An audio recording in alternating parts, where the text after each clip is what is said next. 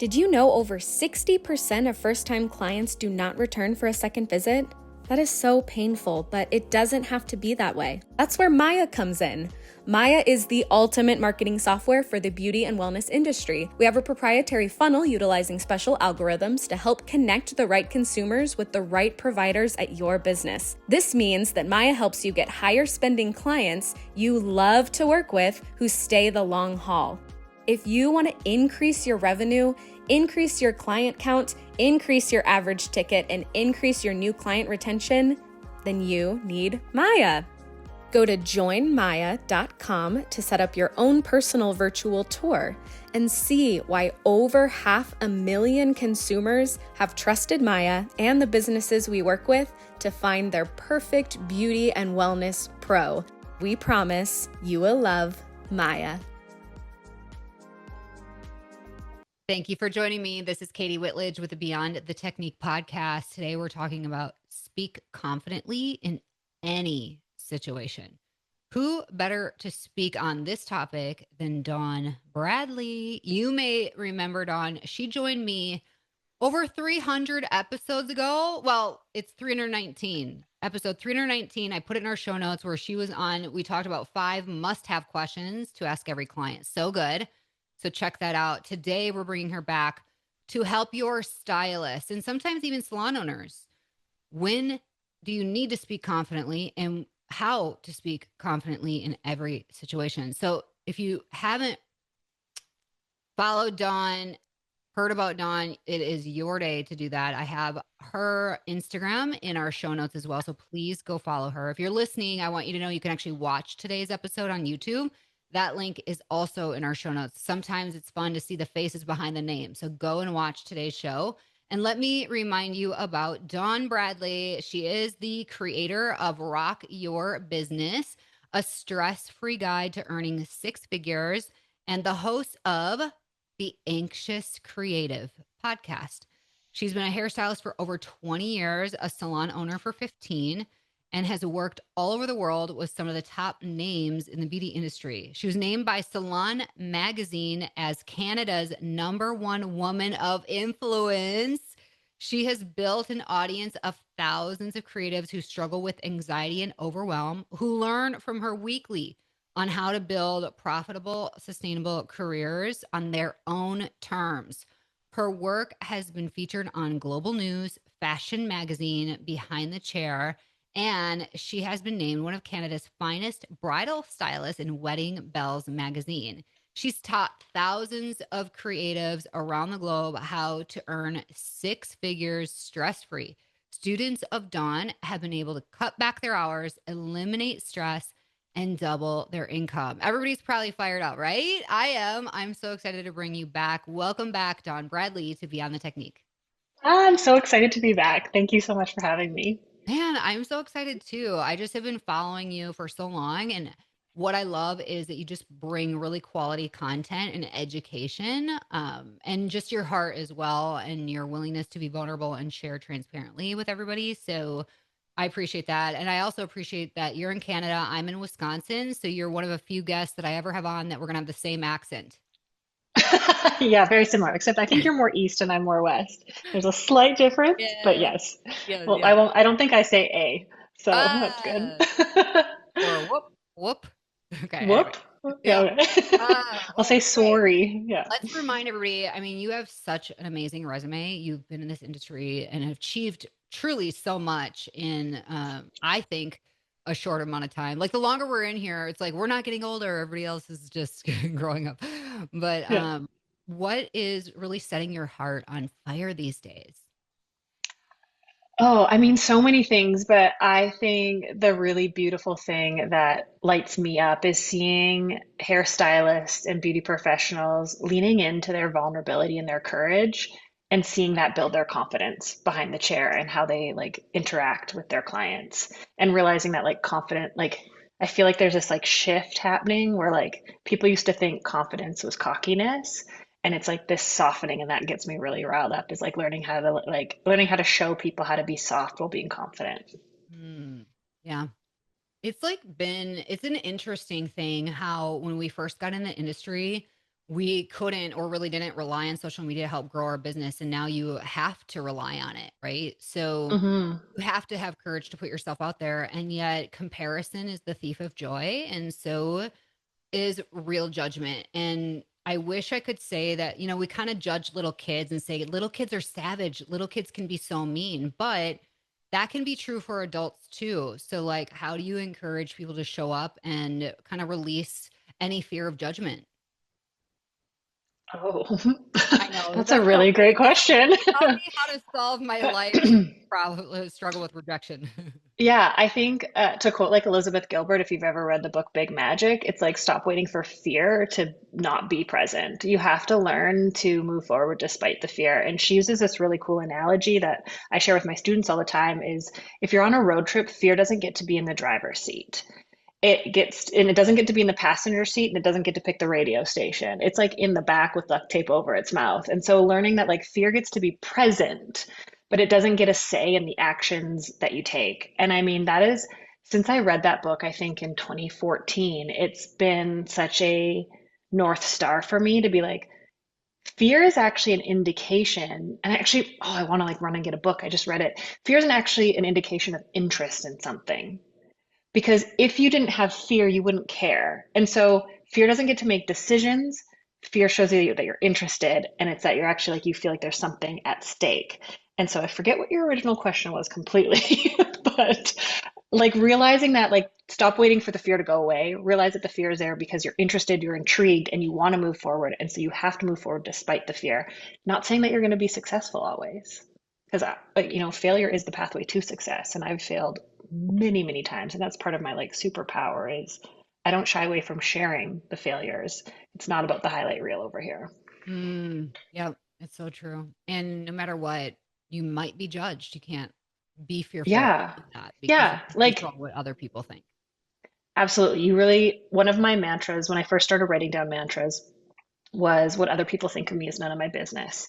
And I remember when the person shared that with me, I was like, but I want to know, like it is my business. And really like releasing, and this is something that I haven't overcome. It's a continual work in progress. And even this morning before recording this, I was having an anxious moment about setting a boundary in my life and going like, this feels so unnatural. It feels unkind. Even though I'm not being unkind, it feels so counterintuitive to the people pleaser in me. And that like wanting to self-abandon to make sure I can control a narrative about me so that people like me. And there's like this deep seated fear that I share with people that like at the end of the day, I still want everyone to like me.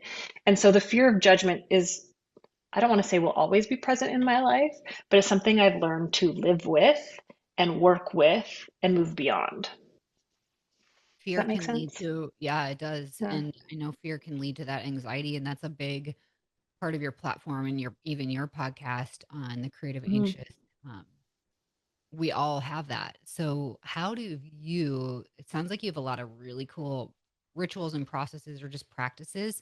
How do you help your community overcome these anxious moments?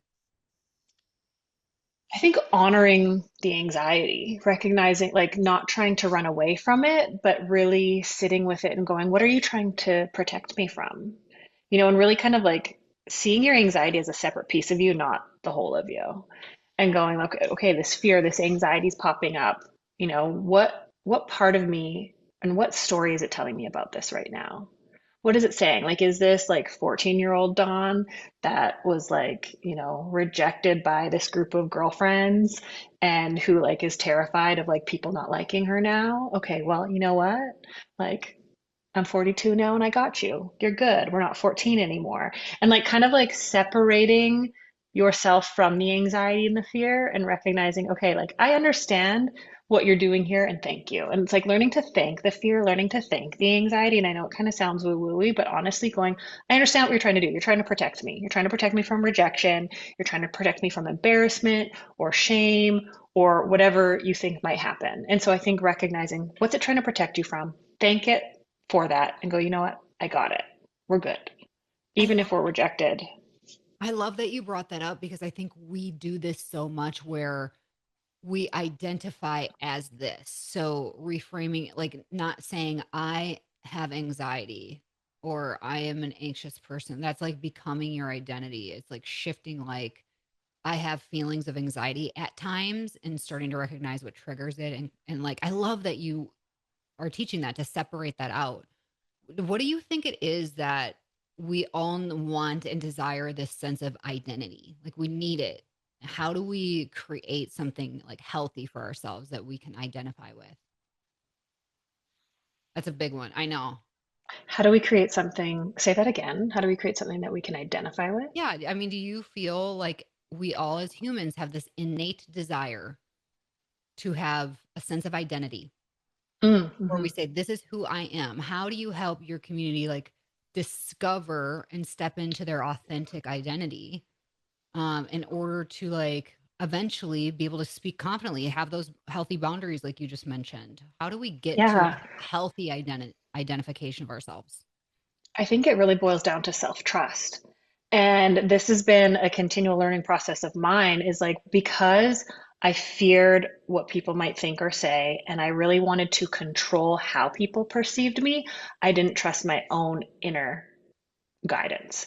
And so when someone would late cancel without notice, I would just like not even say anything about my cancellation fee, right? Because I'm like, well, I don't want to upset them. Because if they're upset with me, then that means I'm a bad person. And if I'm a bad person, not, then I can't sit with like someone being unhappy with me. I need to make sure that everyone else is happy. And my whole identity was self-abandon, squeeze people in, stay late, come in on my day off, like whatever I can do, because it was like my identity was this. And anytime I made someone happy, it filled it up. Mm. And so my identity was based on how I could control how people perceived me.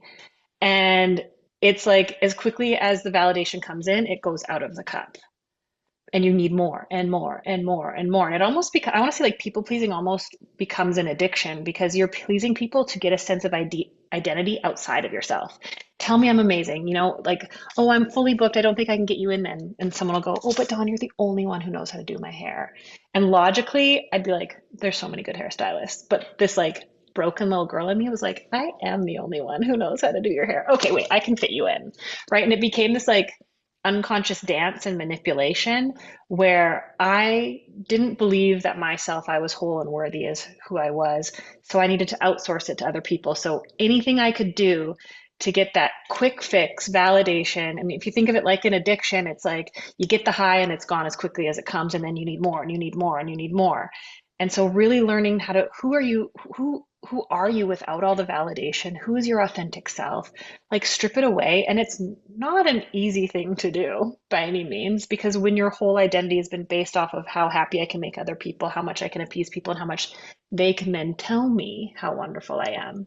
Because really, I always say to my students, like, if you've ever squeezed someone in and come in on your day off and they don't like profusely thank you, are you annoyed? And it's like, because then that was transactional. You weren't doing something to be kind to them, you were doing it to get something from them. And so when you strip that away and go, you know what, I don't need people to be happy with me. Who am I as my authentic self? I mean, I think a lot of us people who have anxiety and who are people pleasers don't know who we are at all. And so you're left with this, okay, I need to trust that I am a beautiful, innate human hairstylist that delivers great quality, even if I can't make everybody happy, even if no one ever tells me I'm the best ever again. And learning that like self-trust. And that's where I think the confidence comes from, is like you fill up your cup from yourself, you become confident. And what if someone's unhappy? If someone says something about you, you kind of have this like bubble of protection around you going like, okay, I can admit if I messed up without feeling like I'm a mess up. It's kind of like a shame piece, I think. And when you can really build your true authentic identity out of self-trust, if someone says something that hurts, you don't hold it as like, this is who I am. It's like, I messed up someone's hair, I'm not a mess up. It's like differentiating that. Does that make sense? It absolutely does. And it's just perfect to segue into speaking confidently because it's hard to speak confidently in any situation if you aren't like you said, confident about trusting your true authentic self.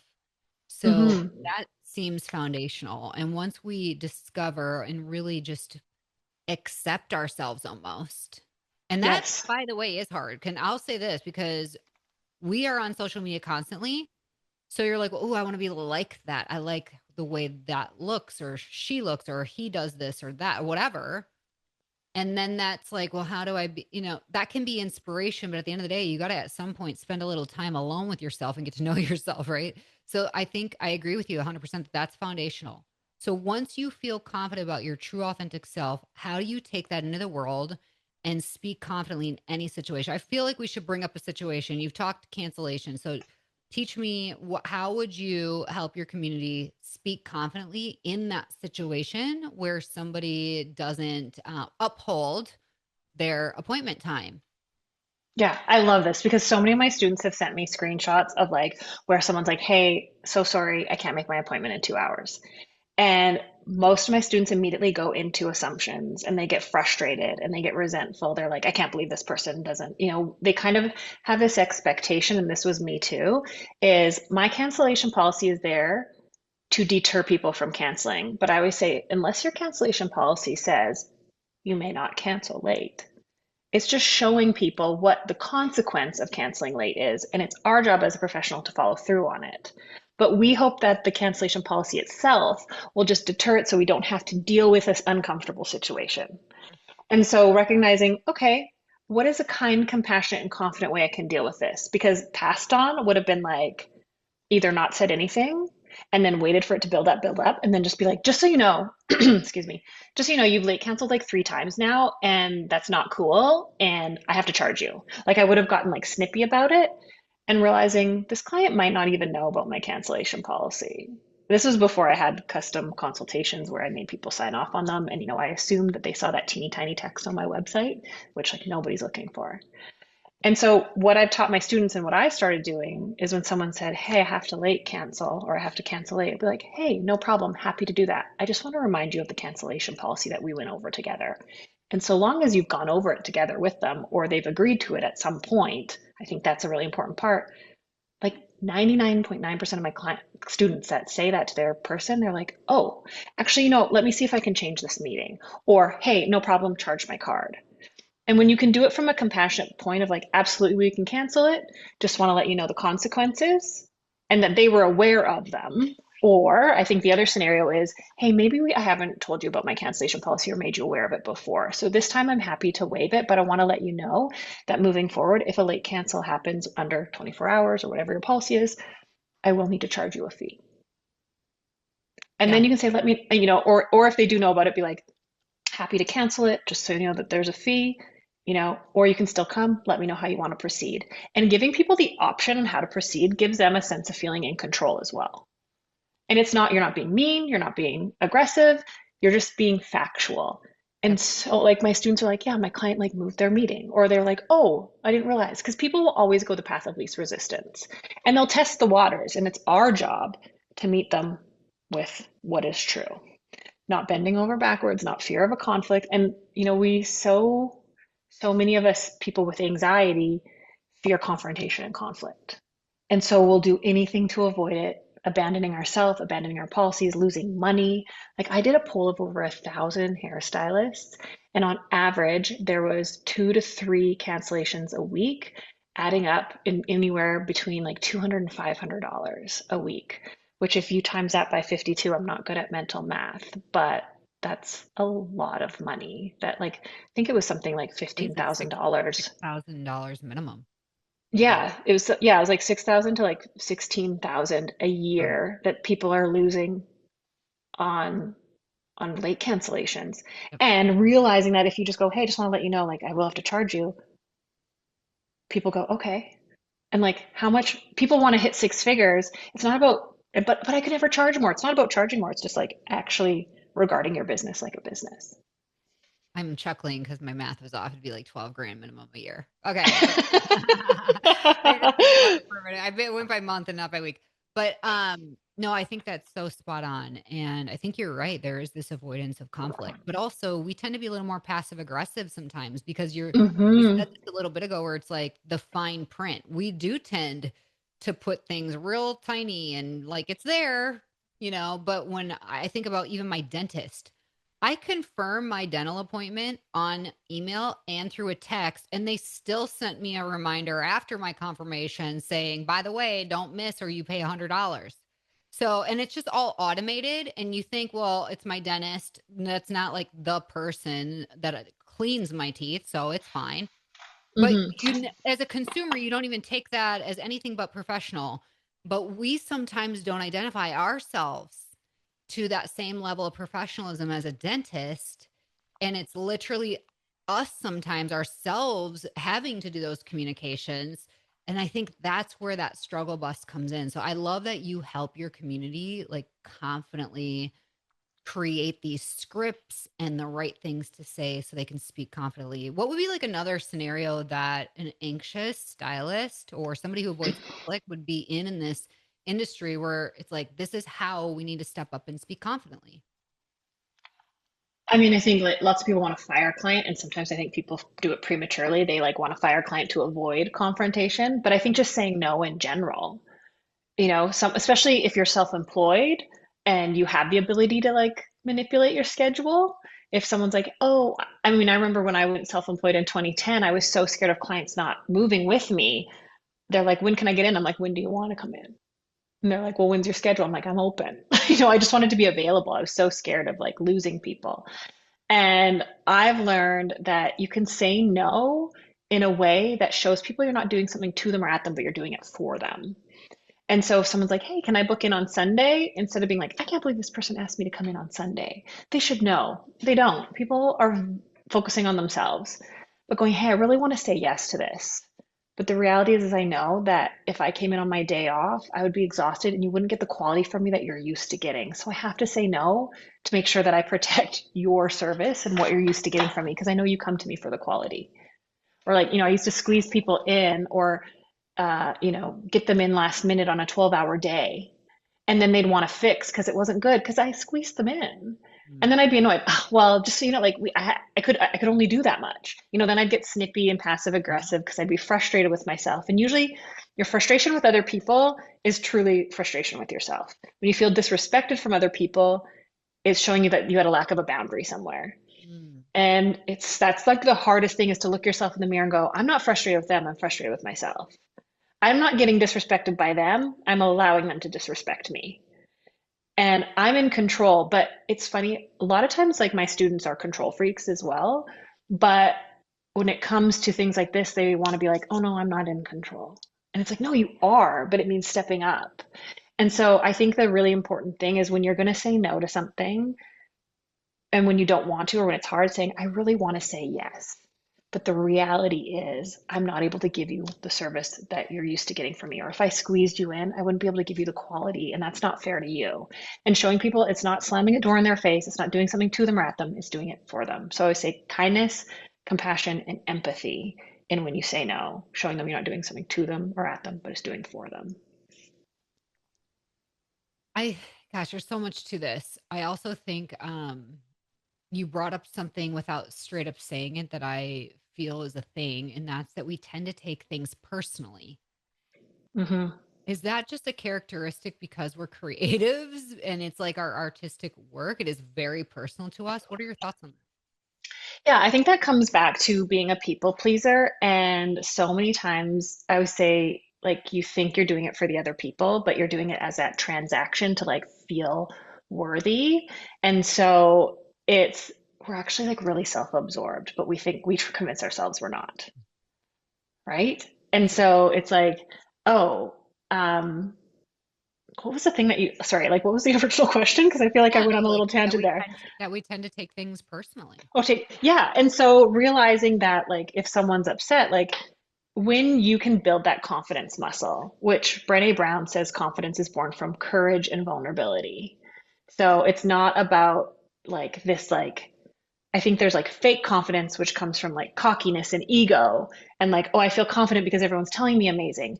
But when you can be courageous and vulnerable, then you don't take things personally because you know who you are. When you have an authentic like identity in who you are built in like your self-trust, you're not going to take things personally. But when you are outsourcing your worth, outsourcing your identity to how happy you can make other people so they tell you you're amazing, when you're like again, that like addicted to needing other people's validation, then when someone says something, you're have this filter of like, what are they saying to me? Especially also if you're not a confident communicator, you will, and if you're passive aggressive, you will speak in code to try to get people to pick up on what you're meaning, which means then you filter everything through a lens of what are they actually saying underneath that. But I found when I shifted from being someone that was passive aggressive and fearful to communicate clearly and directly into someone that I'm going to be a straight shooter, I'm going to tell you straight up, I'm going to still be kind and compassionate. I stopped filtering other people's stuff and went, unless they choose to be clear and direct with me, I'm not going to read into it. Whether or not they're trying to make me read into it, I'm not going to. And so it's been this really cool, powerful shift for me. And it's been really fun and exciting to share with my community of like learning to be clear and direct and confident, which means being able to admit when you're wrong, being able to say sorry when you messed up, to take personal responsibility over everything, and then being willing to let other people take personal responsibility. And if they're not going to, I'm not going to take it on for them. Does that Dawn, make it's just sense there? like, yeah, well, there's so much value that you're bringing that I think, especially new to industry pros, just may not be. When the student is ready, the teacher arrives. You and I are the same age. And so I feel like it took years for me to even get to a place where all of this could be real for me and true. That Yeah. confidence that comes from courage and vulnerability. You know what I mean? So, I think of, can I share like a really hilarious yeah. story? So I was doing a root retouch on this client. I have two stories actually that I talk about, like the difference between being confident and not being confident. And I was doing a root retouch and put it on, let her sit, like it processed, and then I took her to the sink to rinse her out, and I realized I missed a whole quadrant. I like did not root retouch her whole back quadrant. And I was a baby stylist, and I was so scared that if I admitted that I did this, that I would get in trouble, I would get fired. I don't know what I thought. I just remember being like, I can't admit that I did something wrong because then they'll think I'm incompetent. And as like someone who was new and wanted to prove myself, so what I did is I just kind of moved her part over and never said anything and let her leave, which is wild to me. And it's like embarrassing to admit. But like today, if I did that, I'd be like, oh my gosh, I'm so embarrassed. I don't know. We were chatting, it must have been. I take full responsibility. This is my fault. I am so sorry. And if I had another client, I'd be like, I know this isn't ideal, but like, I'll get you in as quickly as possible. I feel like such a goof because I'm confident in the fact that I know that like it wasn't intentional. I'm not a mess up. I'm good at what I do, but I'm human and I make mistakes. And so I can admit my shortfallings now a lot easier. Same with I had this client come in and he's like, thin the shit out of my hair. And I like hadn't really learned how to razor cut. I was just kind of learning. And then all of a sudden I looked down and he had this like big bald spot like at the front and right here because I thinned it out because he kept going thin it more, thin it more. And I let him dictate it rather than going, hey, you know what? I think it's thinned enough. And again, scared, I'm going to get in trouble. I'm going to lose my job. I just styled his hair over it and let him leave. But then again, if that happened today, I'd be like, it's going to take like 3 weeks. You'll have new hair back. Like, I'm so sorry. Like, I'm comping your haircut. I feel like such a goof. And I think it's that piece, again, like that shame piece between like, I made a mistake and I am a mistake. Mm. And you can take personal responsibility when you can separate yourself from your actions and going like, oh, I know that I'm competent in what I do. I know I'm good at what I do, but I know I'm going to make mistakes. And so I'm going to own them quickly. I'm going to take responsibility for them. I'm going to apologize when needed, but I'm not going to beat myself up thinking I suck and I'm not worth it. But then it's still 16 years into my career, I fried a girl's hair off, 10 minutes of lightener on her hair. It was open air balayage. She's like, hey, it's kind of hot in here. And we were like talking about something racy. And I was like, I know, right? And she's like, no, like my neck's sweating and it's crackling. And I leaned forward and it felt like I'd opened up an oven at like 450, like that rush of heat. And I was like, oh my gosh, 16 years into my career, I would take her to the sink, rinse it, it's palest yellow. And I was like, what the? I bring her back to the sink and I take my comb. And as I comb it, the comb, like the hair just goes with the comb. And I was like, oh. And I remember sitting on this, I had this beautiful pink couch at my salon, sitting down, and my dog at the time, he was 65 pounds, he like curled up on my lap. And I remember wishing, if I just pass out, maybe she'll leave. Because I took at that moment, because I still hadn't developed my confidence completely at that point, that I thought clearly I've been faking my way and everything's been luck the last 16 years when it's been good, all the good. And this is proof that I suck, I'm not worth it, and I'm not meant to be here. And I think that's a really important part of like being able to how to communicate confidently and just be confident is stop looking for confirmation of your worst fear because you will find it. Ah, And that was the thing that tail spun me. A few months previous to that, I had done like an NHLer wives hair, and she wasn't happy. She was happy with it the first time. The second time, she wasn't. Like we didn't have time, and I like thought for sure my anxiety was so bad. I thought for sure they were going to get at the next Calgary Flames game and be like, "Do not go see Don Bradley." Like I was so, and you don't realize how self-absorbed you are when you're insecure. Like insecurity is based off of like everyone's thinking about me. It's all about me. If I admit any sort of like failing or wrongdoing, then I'm a failure. I'm a mess up. Again, it's like taking that stuff on so I can never admit wrongdoing. And then you actually push people away because you're being so self absorbed. And when you can like take the lens away and go, how do I be vulnerable? How do I go, you know what? I made a mistake. I'm not a mistake. How do I be courageous? How do I communicate that? Like, oh my gosh, I know that this isn't ideal and this isn't what I planned for. And I'm really sorry. And I want to take responsibility over what's happened. How can I make this right for you? When you're able to do that, your relationships with your clients, I mean, if you can do that outside of work too, like it's amazing how your life will transform. I love it. I think so many people listening are like, I want this guidance. I want somebody to come alongside and help me go through different exercises to work on this, to be an accountability coach. Like, how do people, Dawn, begin a relationship with you and be a part of the programs you have going on? Well, you can DM me for sure. And also, I have so many free resources. I have, if you go to my Instagram, you can check out the link in my bio or go to my website even. But I have guides on how to get fully booked. I have a workshop on how to go from overwhelmed to profitable. I have so many free resources that I would say get started in there, consume my content on Instagram.